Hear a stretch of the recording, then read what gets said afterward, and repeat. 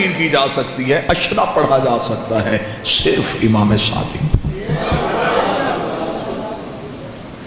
وہ میرا بادشاہ۔ علوم کیسے پھیل رہے ہیں، لوگ پڑھنے آ رہے ہیں، کوئی کسی مذہب سے، کوئی کسی مذہب سے، کوئی کسی مذہب سے۔ ایک شخص آ گیا، اس نے کہا میں پڑھنا چاہتا ہوں لیکن تیرے اللہ کو نہیں ماننا۔ امام نے کہا چل میرے اللہ کو نہ مان، کسی اللہ کو تو مانتا ہے، تیرا اللہ کون ہے؟ اس نے کہا میرا اللہ کوئی بھی نہیں۔ امام نے کہا سجدہ کسے کرتا ہے؟ اس نے کہا کسی کو بھی نہیں۔ کس کی عبادت کرتا ہے؟ اس نے کہا کسی کی نہیں۔ اللہ کی طاقت؟ اس نے کہا میں نہیں مانتا۔ یہ دنیا کیسے بنی؟ اس نے کہا خود ہی۔ اس نے کہا میں دہریہ ہوں، میں لا مذہب ہوں، میرا عقیدہ ہے ہر چیز خود وجود میں آئی ہے، خود فنا میں بدل جائے گی، اور یہ عقیدہ آج بھی ہے، آج بھی مذہب کے موجود ہے۔ اس نے کہا میں لا مذہب ہوں، میں قائل نہیں ہوں۔ اب بتائیں پڑھائیں گے کہ نہیں؟ میں نے کہا پڑھائیں گے۔ پڑھنا کیا چاہتا ہے؟ طب سیکھنا چاہتا ہوں، حکمت سیکھنا چاہتا ہوں، حکیم بننا چاہتا ہوں، میڈیکل سیکھنا چاہتا ہوں۔ امام نے کہا پڑھائیں گے۔ پڑھنا شروع ہو گیا، مسلسل امام کی یونیورسٹی میں مکتب میں آ رہا ہے اور امام سے درس لے رہا ہے۔ ایک دن بیٹھ کے حلیلے کے بیج کوٹ رہا تھا۔ بزرگ دعا فرما رہے ہیں میرے لیے بڑی سعادت۔ امام کو خبر ہو گئی کہ اب لوہا گرم ہے، وہ بیٹھ کے حلیلے کے بیج کوٹ رہا ہے۔ امام قریب گئے، قریب جا کے امام پتھر پہ بیٹھ گئے۔ امام نے کہا دیکھ تو میرا بڑا شاگرد قابل ہے، جو میں تجھے پڑھاتا ہوں تو سیکھتا ہے اور اس پہ عمل کرتا ہے، آج کوئی امتحان لیں؟ جی مولا لیں۔ امام نے فرمایا کیا کر رہا ہے؟ مالک آپ نے کل والے درس میں بتایا تھا کہ حلیلے کے بیج کوٹ کے ایک صفوف تیار ہوتا ہے جو جلد کے امراض کا علاج ہوتا ہے۔ امام نے کہا اچھا تو اس پہ تجربہ کر رہا ہے؟ جی تجربہ کر رہا ہوں۔ امام نے فرمایا چل تو مجھے اسی پہ سوال کرتے ہیں، دنیا میں پہلے بیج آیا تھا یا درخت؟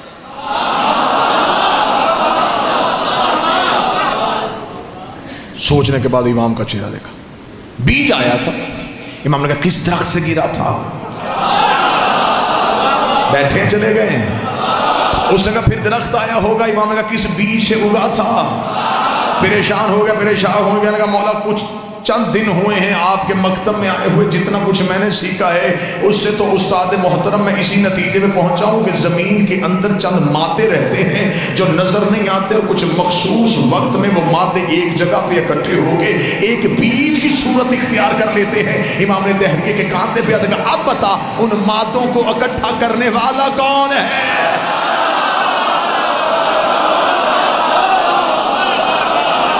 کون ہے جو ان مادوں کو اکٹھا کرتا ہے؟ تو نے نہ نظر آنے والے مادے مان لیے، نہ نظر آنے والا اللہ کیوں نہیں مانا؟ جیسے مادے نظر نہیں آتے ایسے مادوں کا خالق بھی نظر نہیں آتا، جیسے وہ بھی چھپے ہوئے راز ہے ایسے وہ بھی چھپا ہوا راز ہے۔ اتنا کہنا تھا، اس نے قدموں پہ ہاتھ رکھے گا قربان جاؤں تیرے، تو نے صرف اللہ منوایا نہیں، تو نے تو دکھا بھی دیا،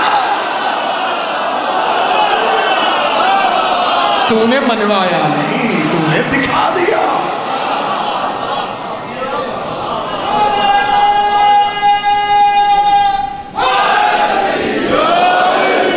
آج کے دور میں بھی، آج ہمارا بچہ 3.5-4 سال کا ہو جائے تو ہم اسے تعلیم کے لیے بھیجتے ہیں، پلے گروپ میں بٹھاؤ، اسے KG میں بٹھاؤ، نرسری پریپ، تاکہ یہ سیکھے۔ تو جب وہ بچہ پہلے دن جاتا ہے تو اسے کسی لفظ کی تمیز نہیں ہوتی، تو اسے ٹیچر جو ہیں وہ کلرز نیم یاد کرواتے ہیں۔ ایسا ہے یا نہیں ہے؟ نہ بھی بچہ اسکول جائے تو بچہ گھر میں بھی ہو نا، تھوڑا بچے کی شعور کی آنکھ کھلے تو بچہ رنگوں کی طرف متوجہ ہوتا ہے، پھیکے ہوئے رنگ، جیسے جیسے وہ کلر دیکھتا جائے گا بچہ لپکے گا۔ رنگوں کے ساتھ پڑھانے کا طریقہ سب سے پہلے میرے اس مولا نے متعارف کروایا۔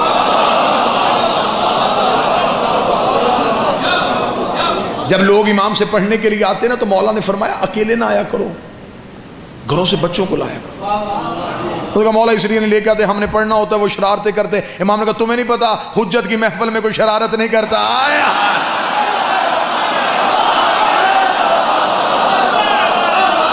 لایا کرو، بچے لے کے آیا کرو ساتھ۔ اگلے دن وہ بچے ساتھ لے کے آئے، امام نے جب ایک درس پڑھا دیا تو امام بچوں کے ساتھ زمین پہ بیٹھ گئے، اور اس دن تاریخ کہتی ہے کہ امام مختلف رنگوں کے پھل لے کے آئے تھے۔ امام نے بچوں کو وہ مختلف پھل دکھانے شروع کیے۔ لوگوں نے امام سے کہا مولا یہ کیا کر رہے ہیں؟ امام نے فرمایا تم نہیں جانتے، بچہ سب سے پہلے رنگوں سے سیکھتا ہے۔ یہ بچوں کی تعلیم کا طریقہ بھی امام نے متعارف کروایا۔ آج بھی دنیا کی ٹاپ ترین یونیورسٹیز کے پروفیسرز نے مل کے بیٹھ کے متفق علیہ یہ فیصلہ کیا ہے کہ دنیا میں ایک شخصیت ہے جس نے ہر علم پہ بات کی ہے، جو شیعوں کا چھٹا امام ہے۔ اور دنیا کی یہ مذہب کی سچائیاں ہیں، یہ میں اپنی قوم کے نوجوانوں کے معلومات کے لیے اس پہ ریسرچ کیجئے گا۔ دنیا کے 36 مشہور پروفیسرز نے، جس میں کوئی بھی چھوٹی یونیورسٹی نہیں، بڑی یونیورسٹیز، ان کے ٹاپ کے پروفیسرز نے مل کے بیٹھ کے متفق علیہ ایک سیمینار میں فیصلہ کیا، ایک شخصیت ہے جس نے ہر علم پہ بات کی ہے، اور وہ شیعوں کا امام ہے۔ پھر انہوں نے فزکس والے نے امام کا فزکس پہ دیا ہوا مقالہ، کیمسٹری والے نے کہا کہ امام نے کیمیا پہ کیا کیا کہا، میتھ والے نے میتھ کا بتایا، سائنس والے نے سائنس کا بتایا۔ انہوں نے وہ سارے جب اکٹھے کیے تو پھر انہیں ایک کتاب کی صورت دی۔ اس کتاب کا نام جو انہوں نے رکھا وہ نام ہی آپ کے چہروں پہ تازگی لے آئے گا، جرمنی، فرانس، پیرس، یہاں سے بیک وقت میں یہ کتاب شائع ہوئی اور اس کا نام رکھا گیا super brain in the world, دنیا کا سب سے بڑا دماغ۔ یہی کتاب وہاں سے ایران میں گئی تو فارسی میں چھپی، اس کا نام رکھا گیا مغز جہان شیعت۔ شیعت کی دنیا کا سب سے بڑا دماغ۔ یہ کتاب انڈیا پہنچی تو لکھنؤ میں چھپی، اس کا نام رکھا گیا امام جعفر صادق کے سائنسی انکشافات۔ یہ کتاب آپ کے پاکستان کے لاہور کے اردو بازار میں آ کے شائع ہوئی تو اس کا نام ہے سپر مین ان اسلام۔ نوجوان ضرور اس کتاب کا مطالعہ کریں، یہ آپ ڈاؤن لوڈ بھی کر سکتے ہیں، آپ کو پی ڈی ایف کی اس کی فائل بھی مل سکتی ہے۔ اس میں دنیا کی 36 یونیورسٹیز کے پروفیسر نے اپنے مولا ہمارے امام کو خراج پیش کیا ہوا ہے۔ امام کی جو پہلی کلاس امام سے فارغ التحصیل، بور تو نہیں ہو رہے آپ موضوع سے؟ متوجہ نہیں؟ امام کی جو پہلی کلاس فارغ ہوئی اس میں کتنے شاگرد گئے؟ 40,000۔ ایک روایت 30,000 کی، ایک 40، ایک نے 70,000 لکھا۔ یہ پہلی کھیپ تھی جو امام نے پڑھا کے فارغ کی، جلدی جلدی۔ اور جب یہ پڑھ کے نکلے تو امام نے فرمایا اب گھروں میں نہ جانا، یہ نہ ہوگا سیکھ کے اب گھروں میں جا کے بیٹھ جاؤ، مولا حکم، فرمایا پھیل جاؤ، دنیا کے کونے منتخب کر لو، دور دور چلے جاؤ، پھیل جاؤ دنیا میں۔ اب علم ان کے سینوں میں تھا، کوئی تلاشی لیتا بھی تو پتہ نہ چلتا۔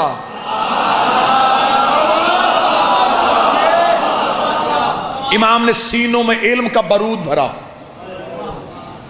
امام نے مجاہد تیار کر کے علم کے بھیج دیے۔ امام نے کہا پھیل جاؤ۔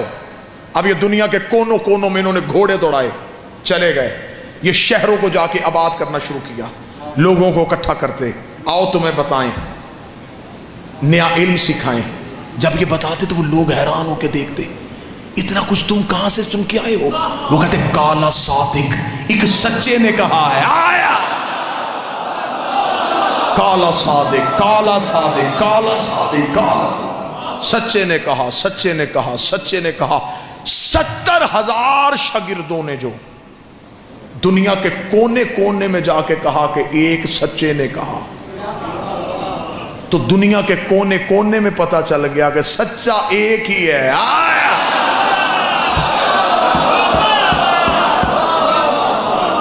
اب یہ فقہ پھیل رہی ہے، جہاں بھی جا رہی ہے یہ فقہ صادقی ہو رہی ہے۔ آپ کے مذہب کی ابتدا پڑھ رہا ہوں، واللہ با حسین اتنا ظلم ہوا ہے اس مذہب کے علم کے ساتھ، شیخ توسی کے قبلہ تشریف فرمائیں کی تائید، شیخ توسی ہمارے مذہب کا، ان کے دور تک امام کے 400 کتب امام کی موجود تھی، کلمی نسخے۔ سقوط بغداد جب ہوا تو پھر علماء کہتے ہیں صرف 33 کتابیں بچی، باقی ساری کتابیں ضائع کی گئیں۔ شیعوں کا علمی ذخیرہ بالکل تباہ کیا گیا، 33 کتابیں بچی۔ جتنا کچھ آج بیان ہو رہا ہے یہ ان 33 میں سے ہے۔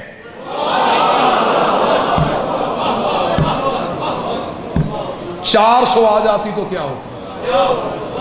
اور بہت سے علماء نے یہ لکھا ہے کہ وہ کتابیں محفوظ ہیں ہمارے وقت کے امام کے پاس، جب وہ ظاہر ہوں گے تو وہ امام کے کلمی نسخے ان کے پاس اسی صورت میں موجود ہیں۔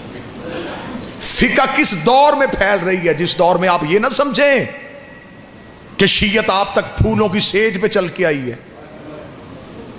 ایک لمحے کے لیے اگر آپ تاریخ سے شیعت کی تاریخ اٹھا کے دیکھ لینا کہ ہم تک یہ فقہ پہنچی کیسے ہے۔ آج آپ کو یہاں مجلس 2 گھنٹے کے فضائل، 6 گھنٹے کے فضائل، وہاں مجلس، وہاں فضائل، وہاں مجلس، وہاں فضائل۔ میں منبر کے تقدس کی قسم کھا کے کہتا ہوں، ایک معصوم کی حدیث سننے کے لیے لوگ 900 میل سفر کرتے تھے۔ پتہ چلتا تھا کہ 900 میل کے فاصلے میں ایک ایسا محدث رہتا ہے جس کے پاس معصوم امام کی ایک حدیث ہے۔ لوگ سفر کر کے اس کا پتہ ڈھونڈتے، اس کے پاس جا کے کہتے کہ ہم تجھے جو چاہتا ہے وہ دیں گے، ہمیں وہ مولا کی حدیث سنا دے جو تیرے پاس ہے۔ میرے 5ویں بادشاہ سے ایک بندے نے پوچھا، مولا جب ہم شیعہ آپس میں ایک دوسرے کو ملا کریں تو مولا کیا تحفے دیا کریں جو آپ کی سنت ہو؟ اچھا لباس دیں، بہتر سواری دیں یا اچھی خوشبو دیں؟ امام فرماتے اگر میرا شیعہ دوسرے شیعہ کو بہتر تحفہ دینا چاہتا ہے، سب سے بہتر تحفہ یہ، جب بھی ایک دوسرے کو ملو ہماری حدیث سنایا کرو۔ وہ اسے ملے کہ تیرے پاس کوئی مولا کا نیا فرمان ہے؟ کہیں سے کوئی نیا بادشاہ کا فرمان سنا ہے تو مجھے سنا۔ اگر تیرے پاس کوئی مالک کا کوئی نیا عرفان، کوئی معرفت والی حدیث ہے تو مجھے بتا۔ یہ ابتدا ہے شیعت کی، یہ آغاز ہے شیعت کی۔ یہ پیار ہے سیالکوٹ کا، میں مقروض ہوں آپ کی محبتوں کا، آپ کی محبت میں بڑھ گیا۔ جس نے پوری کائنات کو بولنا سکھایا تھا، اس کی ماں بازار میں چادر مانگ رہی تھی۔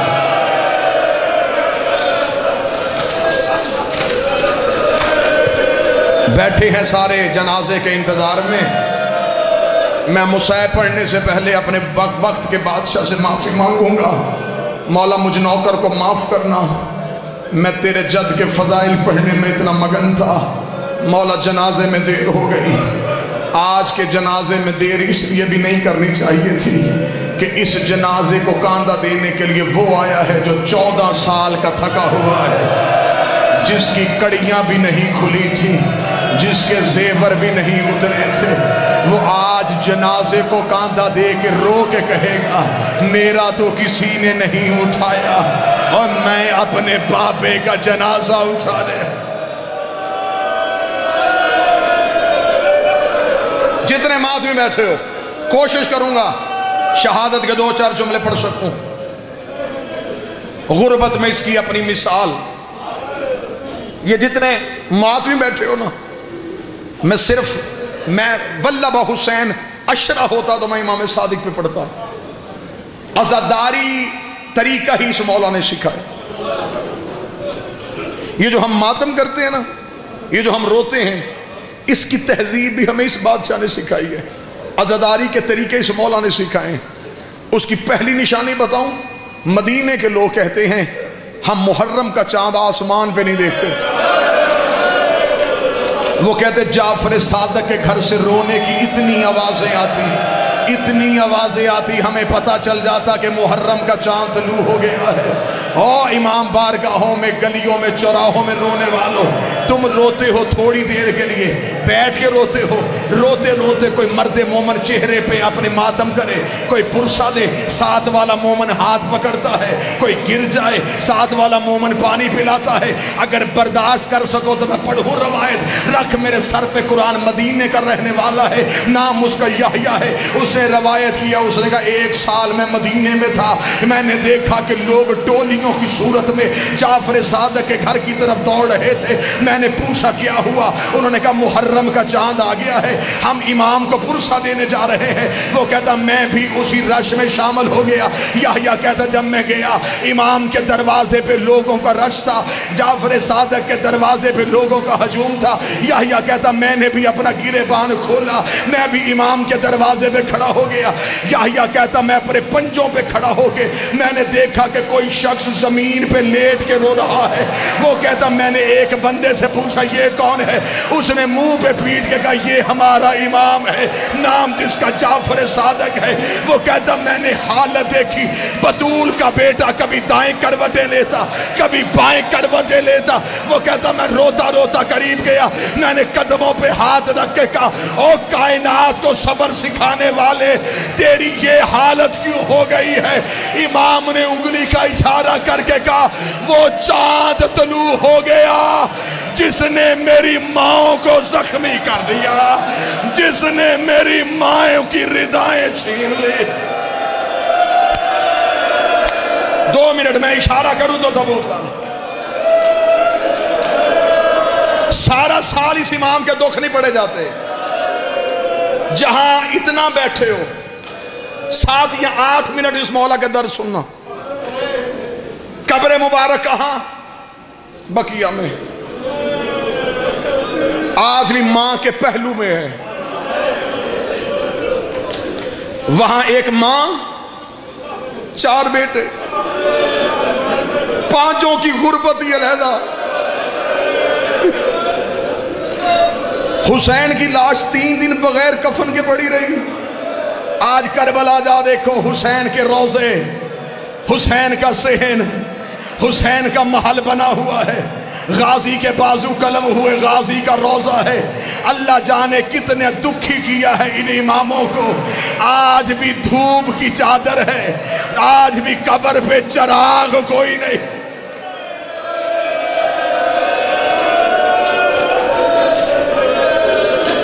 میں جتنی دیر بادشاہ کی مصیبت پڑھوں ہائے ضرور کہنا۔ اور ایک محرم قریب آ رہا ہے، عزاداری کے حوالے سے اس مولا کا ایک فرمان سناؤں۔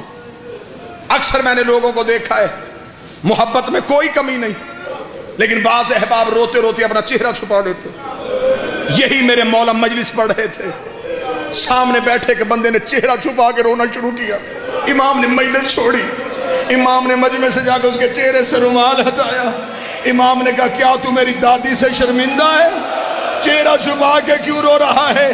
مولا کیسے رو؟ امام نے فرمایا ایسے رو جیسے بوڑھی ماں جوان بیٹے کی لاش پہ روتی ہے، تجھے خبر ہی نہیں کہ ہمارا نقصان کتنا۔ چیخے مار کے رونا اس مولا کی سنت ہے، شکل کے بگڑنے کا خوف کبھی نہ کرنا، مرتے ہوئے اس کی شکل نہیں بگڑتی، جو حسین کے غم میں اونچی آواز میں روئے۔ دوسری تہذیب اس مولا کی، مولا جس جگہ پہ مجلس ہوتی تھی، مولا مجلس میں آتے، مولا بیٹھنے سے پہلے اس جگہ کو چومتے۔ مولا نے کہا اگر دنیا کو پتہ چل جائے حسین کے رونے والی جگہ کی منزلت کیا ہے، امام فرماتے لوگ اپنے گھروں میں جانا چھوڑ دیں، امام فرماتے یہاں فرشتے اپنے پر مس کرتے ہیں، اتنی متبرک ہے حسین کے رونے کی جگہ۔ بس عزادارو پہلی غربت پڑھنے لگا ہوں اس بادشاہ کی، 3 بار امت نے زہرا کے گھر کو آگ لگائی۔ پہلی بار جب سیدہ بیٹیوں کے ساتھ مدینے تھی، انہوں نے امام کے گھر کو آگ لگا دی۔ 8 شوال یوم نہدا میں جنت البقیع بھی گزرا ہے، میں بطول کی غربت پہ ایک جملہ پڑھ دیتا ہوں، رکھ میرے سر پہ قرآن۔ انہوں نے صرف دروازہ نہیں گرایا تھا، انہوں نے بطول کی حویلی گرا دی تھی۔ میں نے اپنے کانوں سے ایک عظیم عالم دین سے روایت سنی ہے، اس نے کہا اس سے بھی زیادہ غریب ہوگا علی کہ مسلمانوں نے علی کے گھر کی دیوار گرا دی، کئی دن علی نے کپڑا لگا کے بیٹیوں کے پردے کا بندوبست کیا، رو رو کے گلی میں کھڑا ہو کے کہتا تھا اس گلی سے نہ گزرنا، میری بیٹیاں بیٹھی۔ دوسری بار امت نے آگ لگائی کربلا کے جنگل میں، بطول کی بیٹیوں کے خیمے میں۔ تیسری بار آگ کب لگی؟ جب جعفر صادق اپنے گھر میں اولاد کے ساتھ رہ رہے تھے، ابن زید ملعون نے سپاہیوں کو ساتھ لے کے جعفر صادق کی حویلی کو آگ لگا دی۔ دعا کیا کرو رات کے وقت کسی شریف کے گھر کو آگ نہ لگے۔ ادھر امام کی حویلی کو آگ لگی، امام کی 3 بیٹیاں تڑپ کے اٹھی، وہاں گئی جہاں تیرا 7واں امام تھا، رو کے کہتی قاسم جاگ، ہمارے گھر کو آگ لگ گئی ہے۔ امام نے اپنے سر سے امامہ اتارا، امام نے کپڑے سے آگ کو بجھانا شروع کیا، امام کے امامے کو آگ لگی۔ موسیٰ کاظم کی چھوٹی بہن نے امام کے کرتے پہ ہاتھ ڈالا، رو کے دی کاظم تیرے امامے کو آگ لگ گئی ہے۔ کاظم نے بہن کو سینے سے لگایا، رو کے کہتے ہو قربان جاؤں، تجھے بھائی کا چلتا ہوا امامہ برداشت نہیں ہوا۔ ہائے غربت میرے دادے سجاد کی، جس کے سامنے آ کے سکینہ نے کہا سجاد میرے کرتے کو آگ لگ گئی، اوہ مجھے بتا میں جل کے مروں۔ برداشت کرو گے؟ لے آؤ جنازہ غریب کا، یا کوئی ماتمی مر جائے گا۔ جعفر صادق کا جنازہ، بطول کے بیٹے کا جنازہ، بغداد کے قیدی کے غریب باپ